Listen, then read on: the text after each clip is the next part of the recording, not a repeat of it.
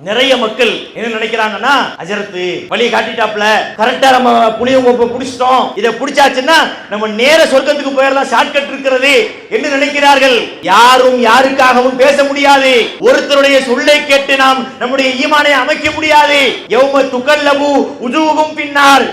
சில மக்களை அல்லாஹ் நரகத்திலே போட்டு புரட்டுவான். அப்ப அந்த மக்கள் சொல்லுவாங்க, யாலைத்தனா அத்தான் அல்லாஹ்வா அத்தான ரசூலா, அல்லாஹ்வுக்கும் அல்லாஹ்வுடைய தூதருக்கும் நம்ம கட்டுப்பட்டு இருக்கலாமே, அல்லாஹ் சொல்றதையும் அல்லாஹ்வுடைய தூதர் சொல்றதையும் கேட்டு போயிருக்கலாமே. ரப்பனா இன்னா அத்தானா சாதத்தனா குப்ரானா அலல்லுன சபீலா. நம்முடைய தலைவர்களுக்கு நம்முடைய பெரியார்களுக்கு நாம் கட்டுப்பட்டோம், அவர்கள் நம்மை வழிகெடுத்து விட்டார்களே.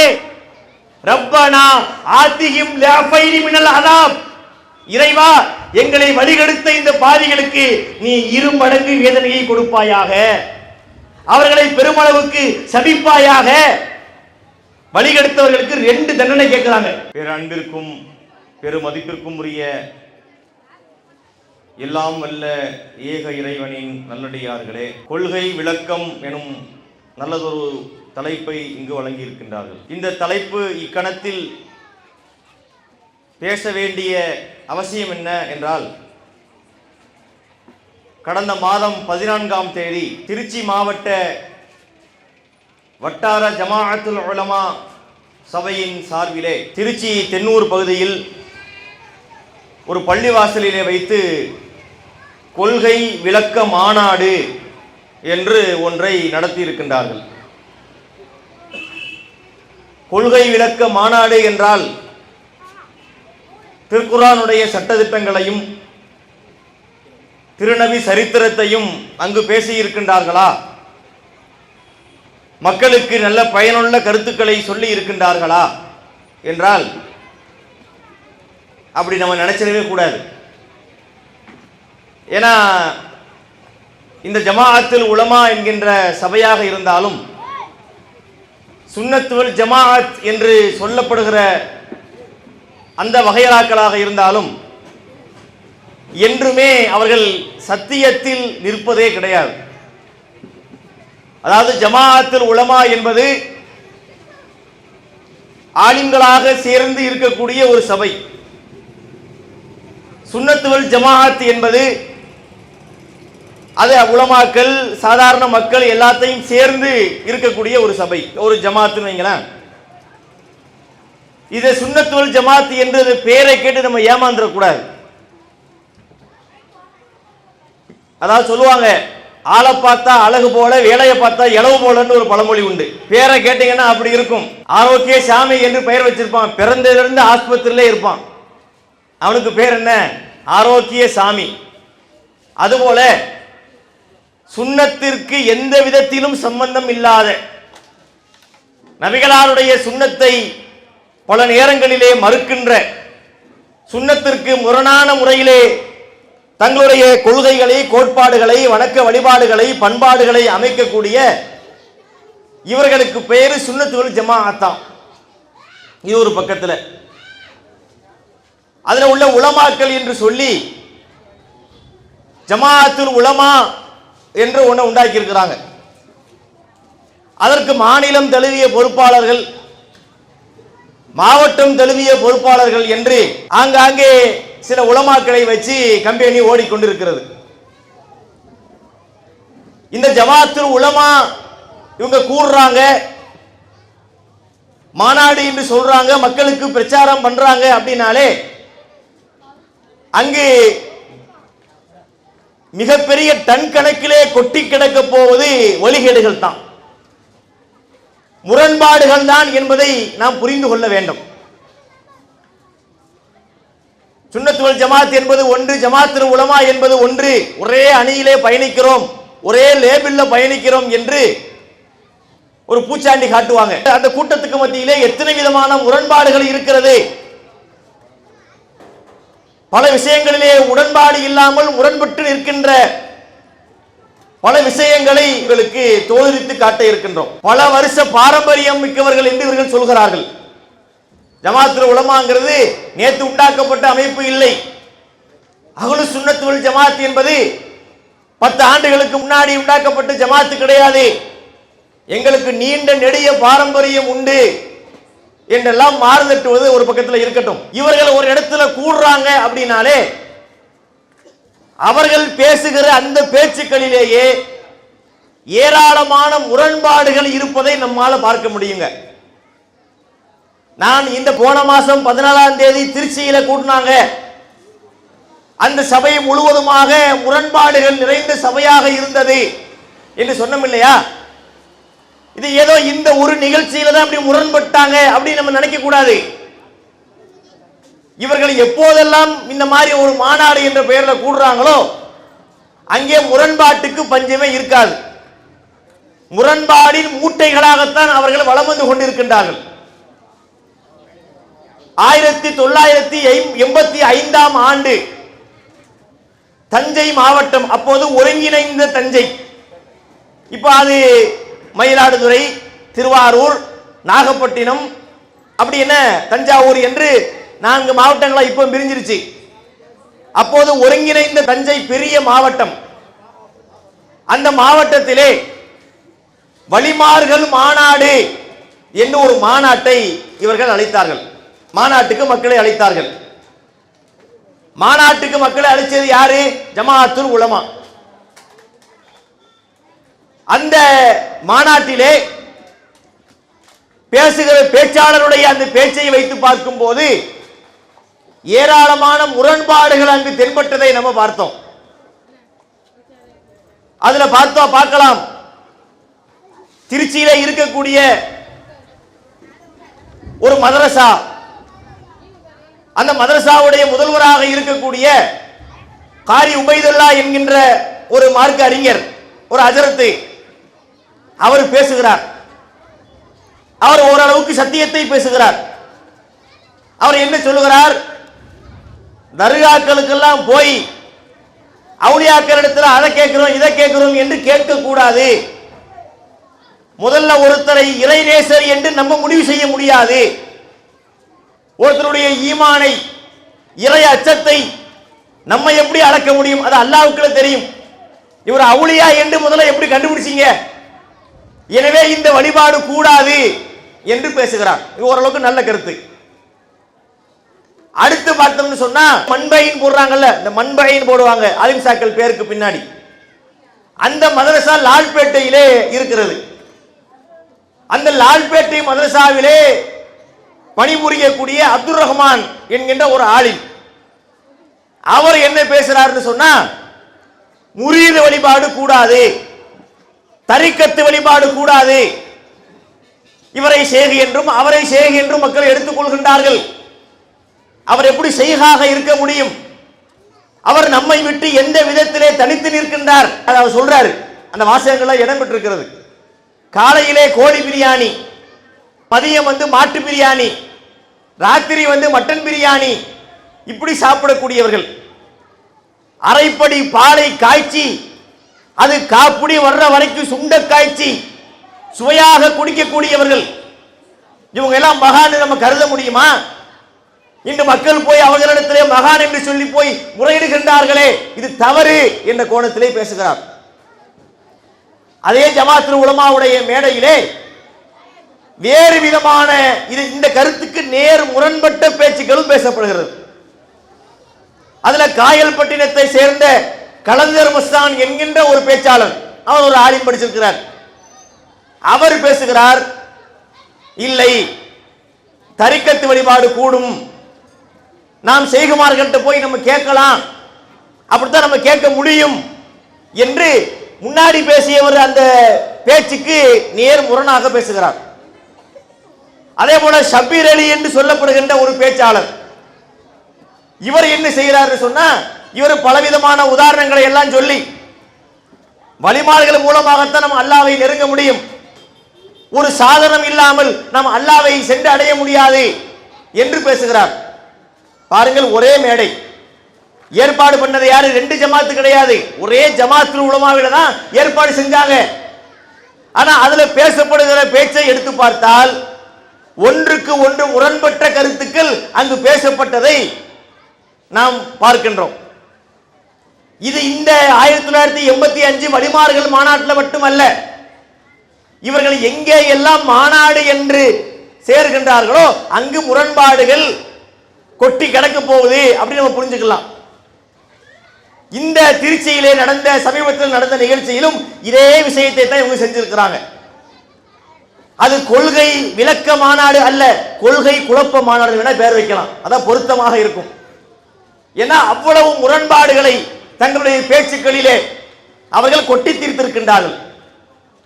சில விஷயங்களை நாம் செய்தியாக சொல்வதை விட, செவி வழியாக நீங்கள் கேட்டு புரிந்து கொள்வதை விட, அதை ஒரு காணொளியாக நாம் பார்க்கும் போது ரெண்டு புலன் வேலை செய்யும்.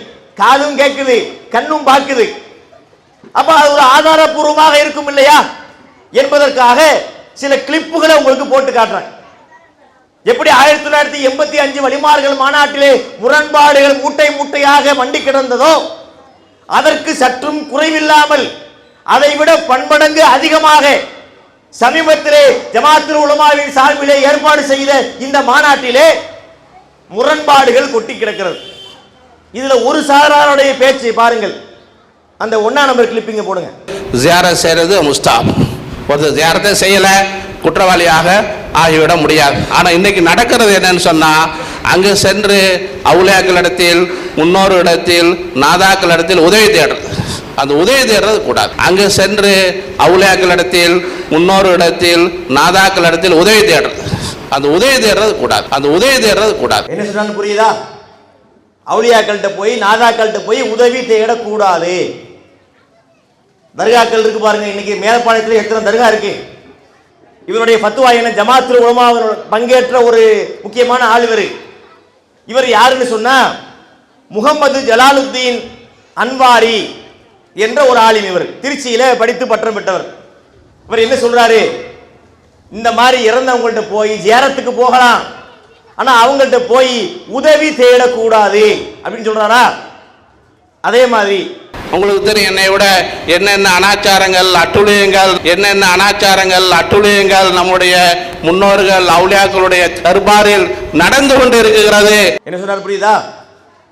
முன்னோர்களுடைய அந்த கபூர்கள்ல எவ்வளவு அனாச்சாரங்கள் நடந்து கொண்டு இருக்கிறது அப்படின்னு கொதிக்கிறார். அடுத்து 2ஆம் நம்பர் போடுங்க. இறைநேசருடைய மன்னரைக்கு ஜியாரத்துக்கு செல்லலாமா என்ற கேள்விக்கு 3 கோணத்தில் அதில் பதில் சொல்லியிருக்கிறான். நம்பர் 1, ஜியாரத்துக்கு போகலாம். நம்பர் 2, ஆண்கள் மட்டும் ஜியாரத்து போகணும், பெண்கள் செய்யக்கூடாது, ஜியாரத்து போகக்கூடாது. நம்பர் 3, அங்கே போய் நாம் அவர்களுக்கு சலாம் சொல்லலாம், அவர்களுக்கு அல்லாஹ்விடத்தில் துஆ செய்யலாம், நமக்காக வேண்டியும் அல்லாஹ்விடத்தில் துஆ செய்யலாம். நம்முடைய தேவைகளை அவங்ககிட்ட உதவியா நம்ம கேட்கக்கூடாது, ரப்பிட்ட தான் கேட்கணும். உதவிட்டு கேட்கக்கூடாது. அதாவது கபருக்கு போகலாம், ஜியாரத்து போகலாம், பெண்கள் போகக்கூடாது. அங்கே போய் நீங்கள் அவங்களுக்காக துஆ செய்யலாம், நமக்காகவும் துஆ செய்யலாம்.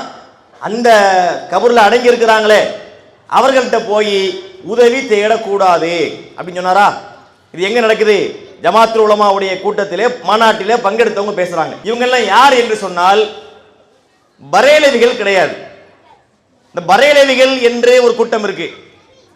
தப்லீக் சார்ந்த அந்த தன்மையுடைய ஆலிம்களும் இருக்கிறாங்க. இவர்களுக்கு மத்தியிலே பாரிய வேறுபாடு இருக்கிறது. இப்ப இவர்கள் சொல்லுகிற கருத்தை பார்க்கும்போது தர்கா வழிபாடு கூடாது, தர்கா போய் அங்க போய் அவுலியாக்கிட்ட கேட்க கூடாது, உதவி தேடக்கூடாது, அனாச்சாரங்கள் பண்ணிக்கிட்டு இருக்கிறாங்க மக்கள் அப்படிங்கிறதால இது ஒரு சாரார்.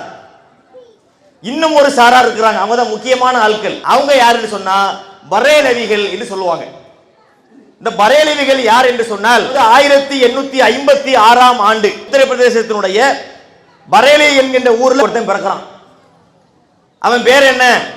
அகமது ரிலா கான் என்று சொல்லுவாங்க. இவன் தான் என்ன செய்யறான்னு சொன்னா முதல்ல இந்த சித்தாந்தத்தை கொண்டு வர்றான். இந்த சித்தாந்தத்தை கபரு கட்டலாம், அங்கே போய் நம்ம உதவி தேடலாம், அல்லாஹ்விடத்திலே நாம் உதவி தேடுவதை போல கபர்ல அடங்கி இருக்கிற மக்களிடத்திலும் சென்று உதவி தேடலாம், அந்த கபரில் சென்று சஜிதா செய்யலாம் என்கின்ற நச்சு கருத்தை, விஷ கருத்தை முதல்ல கொண்டு வந்தது யாருன்னு சொன்னா இந்த அகமது ரிலா கான். அவனுடைய ஊர் எது? பரேலி என்கின்ற ஊர். அதனால அந்த கொள்கைக்கு பரேலவி என்று பெயர் வந்திருக்கிறது. இந்த பரேலவி என்பவங்க யாருன்னு சொன்னா, இந்த தமிழகத்தினுடைய ஜமாஅத்துல் உலமாவுடைய தலைவர் எந்த ஊருக்காரன்னு உங்களுக்கு தெரியுமா? தமிழ்நாட்டுடைய ஜமாஅத்துல் உலமா சபையினுடைய தலைவர் யாரு? மேலப்பாளையத்தை சார்ந்த PAK ஹாஜா முஹைனுத்தீன் பாக்கவி அப்படின்னு ஒருத்தர் இருக்கிறாரா, இவர் பரேலவி. ஷேக் அப்துல்லா ஜமாலி அப்படின்னு ஒருத்தர் வந்தாரா, அவங்க பரேலவி. இவங்களுடைய கொள்கை என்னன்னா, தர்கா கட்டலாம், கபரை கட்டலாம், அங்கு சென்று உதவி தேடலாம், நம்முடைய தேவைகளை நாம் அல்லாஹ்விடத்திலே நேரடியாக கேட்கக்கூடாது, ஒரு வசீலாவின் மூலம், வசீலான துணை சாதனம், டைரக்டா அல்லாஹ்ட்ட கேட்காம இந்த அவுலியாக்கள் மூலமாகத்தான் நம்ம கேட்கணும், அது ஒன்றும் தப்பு கிடையாது என்கின்ற கருத்தை சொல்லக்கூடியவர்கள் யார்? இந்த பரேலவிகள். இப்ப என்ன நடக்குதுன்னு சொன்னா, இந்த பரேலவிகள் எதை வணக்கமாக அனுதினமும் செய்து கொண்டிருக்கின்றார்களோ, தர்காக்களிலே ஆண்டுதோறும் கந்தூரி விழாக்கள் நடக்கின்றதோ, சந்தன கூடு தூக்கப்படுகின்றதோ, அங்கே உண்டியல் வைத்து வசூல் செய்யப்படுகிறதோ, அங்கு தாய்மார்களும் பாய்மார்களும் சென்று குழுமுகிறார்களோ, இதற்கு நேர் எதிரான கருத்தை வலிமையாக அல்லாமல் பூசி மொழிகி சொல்லியும் சொல்லாமலும் பட்டு டிங்கரிங் பார்த்தும் பார்க்காமலும், இதுக்கு முன்னாடி போட்டவே 3 கிளிப்பு, அதுல பேசின ஆலிம் சாக்கள் சொல்றாங்க, போகக்கூடாது, உதவி தேடக்கூடாது, தவிர்த்துக்கங்க, நல்லது இல்லை, அது என்னத்துக்கு ஷிருக்கு குஃபுர்னு சொல்லணும். அந்த அளவுக்கு அவங்க சொன்னாங்களா? இப்ப நம்ம எப்படி பேசுறோம்? எவன் ஒருவன் அல்லாஹ்வுக்கு இணை கற்பித்து விட்டானோ ஃபக்கது ஹர்ரமல்லாஹு அலைஹில் ஜன்னா, அல்லாஹ்வுக்கு எவன் இணை கற்பிக்கின்றானோ சொர்க்கத்தை அல்லாஹ் ஹராமாக்கி விடுகின்றான், அவனுக்கு நிரந்தர நரகம். எவன் அல்லாஹ்விற்கு இணை கற்பிக்கின்றானோ அவனுடைய எல்லா அமல்களும் அழிந்து போய்விடும். இணை கற்பித்தலை விட ஒரு மகத்தான அநியாயம் கிடையாது. இன்ன ஷிர்கல உல்முன் அலீம், இணை கற்பித்தல் என்பது ஒரு அநியாயம் என்றெல்லாம் மார்க்கம் சொல்லுதுல, அந்த மாதிரிலாம் அவங்க சொல்லவே இல்லை. போற போக்குல ஏதோ அந்த கருத்து வருவதை போல ஒரு விஷயத்தை சொன்னாங்கல்ல, இவங்களுடைய பார்வை என்ன நான் காட்டணுமா இல்லையா? முரண்பாடுன்னு சொன்னல. அதாவது இந்த ஜமாத்துல் உலமாவுடைய மாநாட்டிலே பல முரண்பாடுகளை பார்த்தோம். முதல்ல போட்ட 3 கிளிப்ல என்ன இருக்கு? கபரு கூடாது, அங்க போய் கேட்க கூடாது, போங்க பார்த்துட்டு வாங்க, துவா செய்யுங்க, உதவி தேடக்கூடாது அப்படின்னாங்களா? இப்ப பாருங்க, இப்ப இந்த பரேலவிகள் சொன்னமா இல்லையா, அவங்க செய்கிற செயலை பாருங்கள். இமேஜ் தெரியுதா?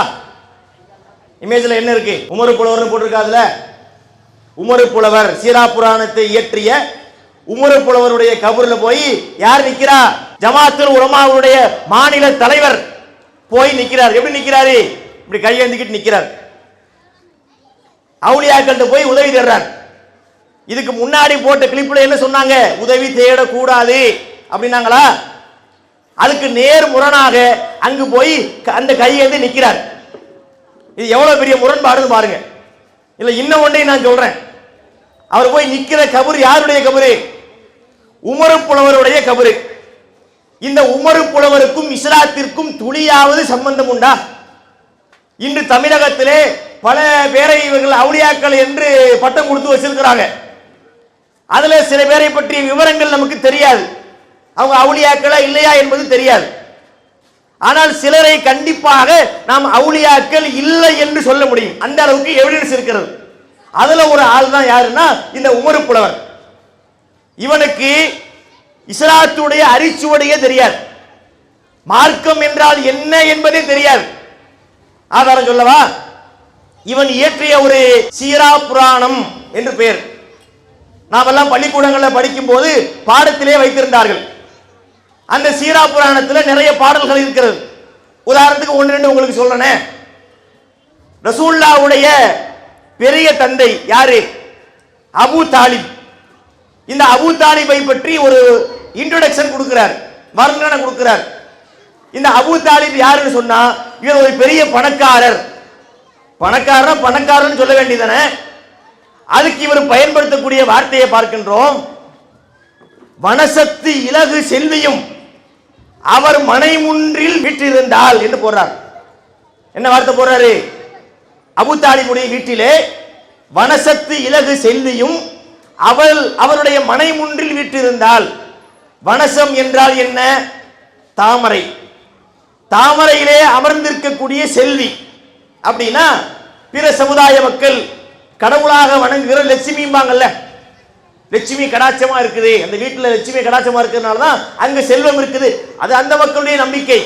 நான் அதே சரியா தப்பா அப்படி போகல. நான் என்ன கேட்கிறேன்னா, உமர் புலவர்னு பேர் இருக்குது.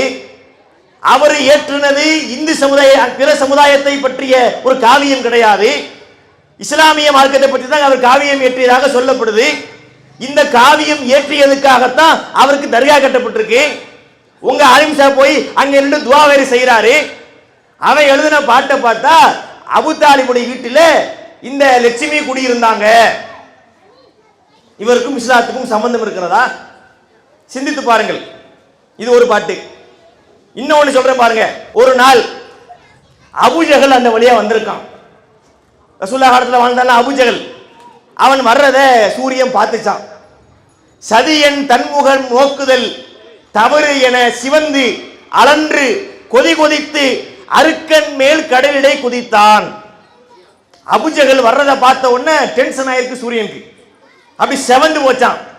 இந்த சைத்தா முடிச்ச வர்றான்னு சொல்லி விறு விறு விறுன்னு போய் கடலுக்குள்ள போய் சூரியன் டபக்கடின்னு விழுந்துருச்சான். சூரியன் மறைஞ்சிருச்சான்.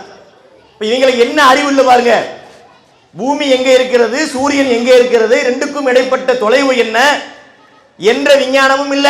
இந்த மாதிரி உளறி வைத்திருக்கக்கூடிய இந்த உமர் புலவர் என்பவருக்கு ஒரு தர்கா கட்டப்பட்டிருக்கிறது. அங்கே போய் கையேந்தி நிற்கிற அளவுக்கு ஜமாத்துல் உலமாவுடைய தலைவர் இருக்கிறார். இது ஒரு ஆதாரம். இன்னொன்னு பாருங்களேன். குணங்குடி மஸ்தான் என்று ஒரு ஆள் இருக்கு தெரியுமா? தமிழ்நாட்டிலே குணங்குடி மஸ்தான் என்று ஒரு அவுலியா இருக்கிறார்.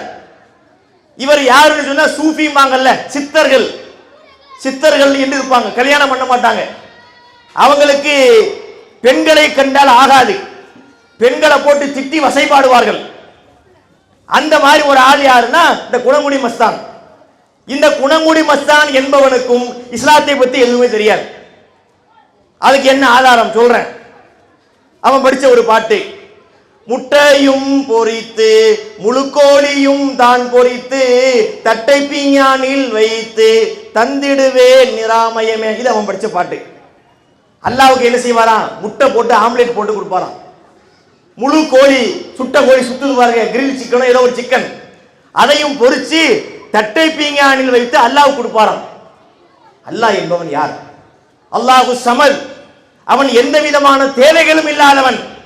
அந்த அல்லாவிற்கு முட்டை போட்டு தர்றேன், முழு கோழி போட்டு தர்றேன் என்று ஒருத்தன் சொல்றான்னா, இஸ்லாத்துல வந்து புள்ளி புள்ளி 0.01% கூட அவனுக்கு மார்க்கம் தெரியலன்னு அர்த்தம்.